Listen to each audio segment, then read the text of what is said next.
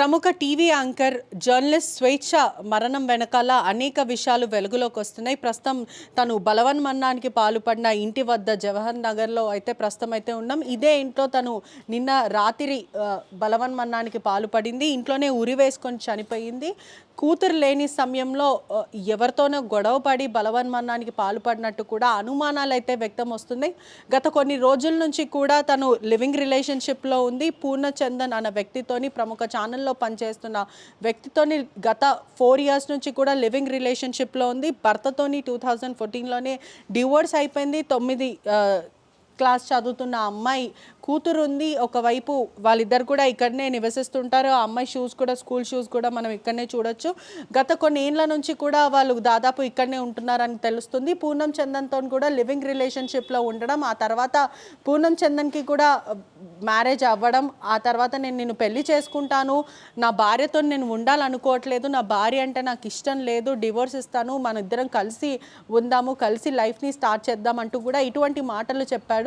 కానీ ఎప్పుడైతే కొన్ని 26th ఈ నెల 26th రోజు కూడా గొడవ జరిగింది. ఆ తర్వాత వాళ్ళిద్దరూ మాట్లాడుకోవట్లేదు, ఇంకా మేము విడిపోతాం నాన్న అంటూ కూడా స్వేచ్ఛ వాళ్ళ ఫాదర్కి కాల్ చేసి చెప్పడం, దాని తర్వాత వాళ్ళ నాన్న మొదట నేను నీతో మాట్లాడి పూర్ణచందన్తో నేను తర్వాత మాట్లాడతానంటూ కూడా వాళ్ళ నాన్న చెప్పాడు. తరచూ కూడా గత 4 రోజుల నుంచి కూడా తరచూ గొడవలు జరుగుతున్నాయి. వీళ్ళిద్దరి మధ్యలో కూడా ఎప్పుడు గొడవలు జరుగుతుంటాయి అంటూ కూడా వాళ్ళ తండ్రి చెప్పుకుంటూ వస్తున్నారు. నా కూతురు చావుకి కారణం పూర్ణచందన్నే. అతను నా కూతుర్నే కాదు, అనేక మంది అమ్మాయిల జీవితాలతో ఆడుకున్నాడు. చాలామంది దీని గురించి చర్చిస్తున్నారు కూడా. నా కూతురు తీవ్ర మనస్తాపంకి గురై పూర్ణచందన్ కారణం వల్లనే చనిపోయింది, నా కూతుర్ని మోసం చేశాడంటూ కూడా వాళ్ళ తండ్రి చెప్పుకుంటూ వస్తున్నాడు. ఇదే ఇంట్లో నిన్న రాత్రి బలవన్మరణానికి పాల్పడింది. స్వేచ్ఛ చాలా మంచి అమ్మాయి, 15 years ఆఫ్ కెరియర్, తను చాలా బ్యూటిఫుల్గా ఉండే స్ట్రాంగ్ జర్నలిస్ట్, డైనమిక్ జర్నలిస్ట్ అంటూ కూడా మాట్లాడుతున్నారు. ఒక జర్నలిస్టే కాకుండా తను ఒక రైటర్ కూడా, చాలా స్ట్రాంగ్ ఫీలింగ్స్తోని కూడా రైటింగ్ రాస్తుందంటూ కూడా తను చెప్పడం జరిగింది. ఇల్లంతా కూడా చాలా ఆర్గనైజ్డ్గా లేదున్నప్పటికీ కూడా చెల్లా చెదరు, లోపడున్న వస్తువులు కూడా కొంచెం ఏదో ఘర్షణ చోటు చేసుకున్నట్టు చెల్లా చెదరం అయితే కనిపిస్తూ ఉంది.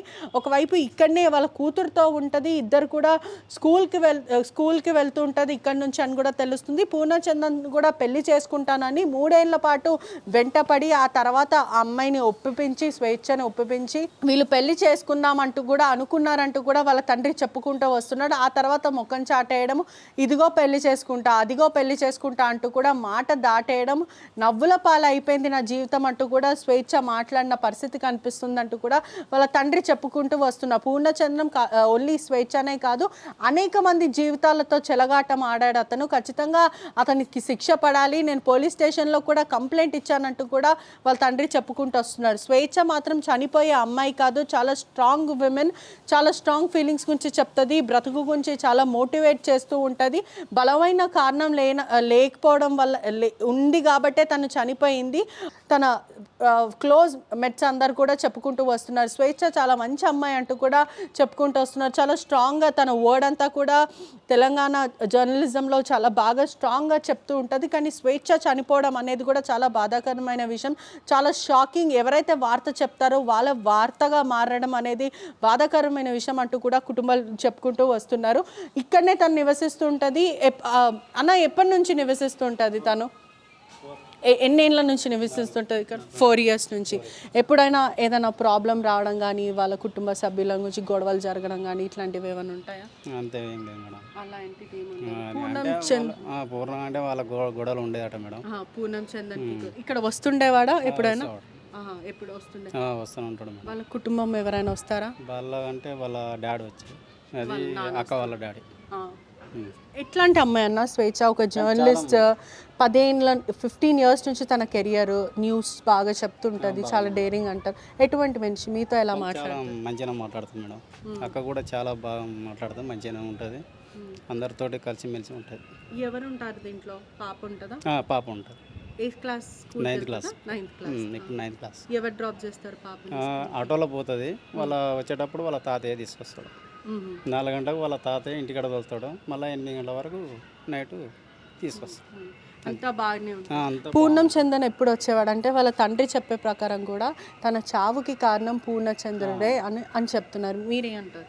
అంటే మనకు అంత తెలియదు మేడం. అంటే ఎటువంటి వ్యక్తి పూర్ణం చందన్? అంటే అతనితో కూడా సరిగా మేము మాట్లాడాం మేడం. ఎప్పుడు వస్తాడో అప్పుడు అంటే ఎప్పుడెప్పుడు వస్తాడు? ఎప్పుడు ఇక్కడనే ఉంటాడా లేకపోతే అప్పుడు వస్తాడు, ఉంటాడు, 3 రోజులు ఉంటాడు, మళ్ళీ వెళ్ళిపోతాడు, మళ్ళీ 2 రోజులు అట్లా వస్తూ వస్తుంటాడు, పోతాడు. మీకేం చెప్పారు? భార్యాభర్తలు అని చెప్పారా లేకపోతే ఏం చెప్పారు? మీరు అంటే మీకు అడుగుతారు కదా, అడగలేదు మేడం. మీరు అడగాలి. అంటే మీరు కలిసి ఉంటున్నారేమో అని అనుకున్నా. అవును, అంత మాకు తెలియదు. ఎప్పుడైనా వాళ్ళకి గొడవలు జరగడం, గట్టి గట్టిగా అరవడం ఇటువంటివి ఏదైనా ఉండేనా?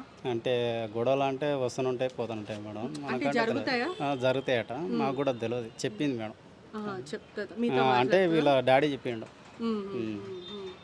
అంతే. అంటే ఎప్పుడైనా కొట్టుకోవడం కానీ లేకపోతే గట్టి గట్టిగా అరవడాలు ఇట్లాంటివి లేవు? అంటే పైకి మేము రాము కదా మేడం, కొట్టుకున్నాడు గొడవలు అంటే ఈయన పడే కింద మేము ఉండేది కింద వాచ్మెన్ కదా, ఇక పైకి రాము కదా మేడం. చివరిగా ఎప్పుడు చూసారు మీరు స్వేచ్ఛని? ఏది చనిపోయాము, చనిపోక ముందు చివరిగా ఎప్పుడు చూసారు? ఏం మాట్లాడింది ఆమె? నిన్న డ్యూటీ పోలేవు మేడం, నిన్న వెళ్ళలేదు. వెళ్ళలేదు, నిన్న బయటికి రాలే. 8 గంటల వరకు ఇక్కడికి తీసుకొస్తే 8 గంటల వరకు నుంచి పైకి వచ్చేసింది, నీ కిందన ఉన్నా. ఆమె వచ్చింది, వచ్చాక ఒక అర్ధగంట సేపు కొట్టింది డోరు. మళ్ళీ పాప కొట్టింది, కిందికి రాగానే ఆంటీ మమ్మీ డోర్ తీస్తలేదు అని అంటే, అమ్మ జరిపి మీ దగ్గరికి వచ్చింది. వచ్చింది మా దగ్గరికి వచ్చేసినాగానే ఎందుకమ్మా అంటే, ఇక మా కింద మా భార్య ఉంది, ఆమె నువ్వు కూడా రా నాకు భయం అవుతుంది అంటే, సరే నేను కూడా వస్తాపా అని వచ్చినాం. ఒక గంటన్నర మొత్తుకున్నాం అక్క అక్క అని, అయినా ఇక సప్పుడు చేయలే. కిటికీలకి వెళ్ళి చూసినాం, ఆ డోర్ ఓపెన్ ఉంది లోపలిది, ఇది ఓపెన్ లేదు, బెడం పెట్టింది. ఎట్లా అని ఒక గంట సేపు కొట్టినాం.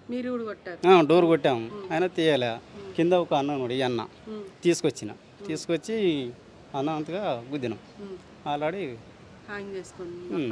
అంతే. ఏదైనా సూసైడ్ లెటర్ రాయడం కానీ, ఏదైనా గొడవ జరిగినట్టు చిందర వస్తువులు అట్లాంటివి ఏమన్నా కానీ? ఏం దొరకలేదు మేడం, దొరకలేదు. వెంటనే పోలీసులు ఉన్నారు ఆల్రెడీ ఎమ్మటి.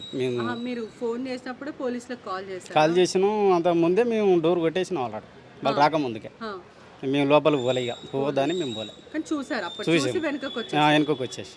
కూతురు ఏమనిందంటే చాలా షాక్ ఉంటుంది, తల్లి కళ్ళ ముందు అలా విగత జీవిత పడి ఉండడం ఎవరు తట్టుకోలేదు. కూతురు ఏమని అంటే డోర్ తీసేసరికి వాళ్ళ అమ్మని చూసింది, చూడంగానే అతనికి ఫోన్ చేసింది, ఎవరు పూర్ణ అన్నట్టు ఆయన చేసింది, వాళ్ళ తాతయ్యకు ఫోన్ చేసింది. చేస్తాగా ఆయన చేసిండు, అటు చేయగానే ఏం మాట్లాడిందో రారా కానీ ఏవాలనేది అనిపోయిందని పాప అన్నది.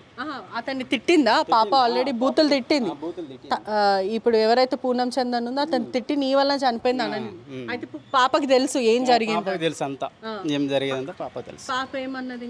ఇంకేమన్నది అంతే, విన్నాం. ఫోన్ కాడి చేసింది అంత లోపల. ఇక వీళ్ళు వచ్చి పోలీసులు అంతా వాళ్ళు వచ్చి రాసు. వాళ్ళ తండ్రి ఏమంటున్నాడు అంటే? వాళ్ళ తండ్రి కూడా తిడుతుండవు. తిట్టాడా? ఏమన్నాడు? ఇట్లా నీ వల్లనే చనిపోయింది అంటే ఏంటి? వేధించేవాడా లేకపోతే పెళ్లి చేసుకుంటాను మొహం చాటేసి? పైకి రాం కదా వాళ్ళు వచ్చేది, మనం వాళ్ళు డోర్ వేసుకుంటాం, మేము రాం కదా. ఇంకెవరైనా వచ్చే వాళ్ళ ఫ్రెండ్స్ కానీ ఇట్లా పార్టీస్ అట్లా ఏం లేదు మేడం. వాళ్ళ చుట్టాలు వస్తూనే ఉంటారు, పోతూనే ఉంటారు. ఏమిట సింపుల్ లైఫ్, మామూలుగా ఉండేది. అంతే, కానీ చాలా మంచిది అట్లా. డెఫినెట్గా అయితే మనం చాలా అందరితో ఇక్కడ బాగుంటుంది, అందరితో బాగుంటుంది, కలిసి చాలా మంచిది.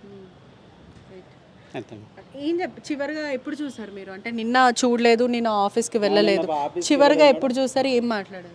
అంటే చివరిగా అంటే మా భార్య వచ్చింది మేడం పైకి, అంటే 2:30 అట్లా 3 గంటలకు. ఆల్రెడీ మంచిగానే ఉందట, ఏది కుక్కను తీసుకొని ఇటు పైకి వచ్చింది. ఆ కుక్కతోటి మధ్యాహ్నం అప్పుడు జర డల్గానే ఉన్నదట. తర్వాత విజయ పాప వచ్చినాక పనికి రానా ఉన్నదట. రాకు అనిందా? రాకన్నదట. పాప వచ్చినాక రాకు అనింది. పాప వచ్చినాక రానా అన్నదట. అప్పుడు నేను డ్యూటీకి వెళ్తా అని చెప్పిందట. ఓకే, అంటే ఎప్పుడు అలానే చెప్తుందా లేకపోతే ఫస్ట్ టైం కొంచెం వింతగా చెప్పిందా? ఇక అలాగనే అంటే ఎప్పుడైనా అట్నే చెప్తుంది, డ్యూటీకి పోతున్నాను పాప ఉంటేనే రా అని చెప్తుంది.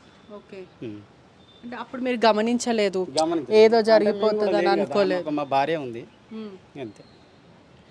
అంటే స్వేచ్ఛ గురించి వాచ్మెన్ వాళ్ళ పాప మాత్రం దుర్భాషలాడింది, నీ వల్లనే మా అమ్మ చనిపోయిందంటూ కూడా ఎంతో రోధించిందంటూ కూడా వాచ్మెన్ చెప్పుకుంటూ వస్తున్నాడు. పూర్ణం చందన్ ముఖం చాటేయడం, దాని తర్వాత పెళ్లి చేసుకుంటాను మాట్లాడడము, తీవ్ర మనస్తాపంకి గురయ్యే తను చనిపోయిందంటూ కూడా వాచ్మెన్ చెప్తున్న పరిస్థితి కనిపిస్తుంది. తను ఇక్కడనే ఉంటుంది, ఇక్కడనే నివసిస్తూ ఉంటుంది. నిన్న ఆఫీస్కి కూడా వెళ్ళలేదు, కానీ కొంచెం డల్గా ఉంది అంటూ కూడా వాచ్మెన్ చెప్పుకుంటూ వస్తున్నాడు. సీసీ కెమెరా కూడా చాలా క్లియర్గా కనిపిస్తుంది, అంటే ఎవరు వస్తారు ఎవరు వెళ్తారు అనేది అనేది కూడా రికార్డ్ అవుతుంది. తను చనిపోకముందు ఎవరైనా వచ్చారా, ఏదైనా గొడవ జరిగిందా, లేకపోతే ఇంకా కారణం ఏంటి అనే విధంగా కూడా చాలా క్లియర్గా కనిపిస్తుంది. పోలీసులు మాత్రం సుదీర్ఘంగా విచారిస్తున్నారు. తన చావుకి కారణం పూర్ణచంద్రని అంటూ కూడా కుటుంబం కానీ వాళ్ళ కూతురు 9వ క్లాస్ చదువుతున్న కూతురు కూడా ఆరోపిస్తుంది. నిజాలు ఏంటి, తను పూర్ణచంద్రన్ నిజంగానే తను మోసం చేశాడా, మొహం చాటేశాడా, లేకపోతే అమ్మాయిని ఏదైనా వేధించాడా అన్న విధంగా కూడా అనుమానాలు అయితే వ్యక్తమవుతూనే చిక్కడపల్లి పోలీసులు మాత్రం కేసు నమోదు చేసుకొని దర్యాప్తు చేస్తున్నారు. ఇండియా పాకిస్తాన్ తాజా అప్డేట్స్ కోసం డౌన్లోడ్ చేసుకోండి RTV లైవ్ యాప్.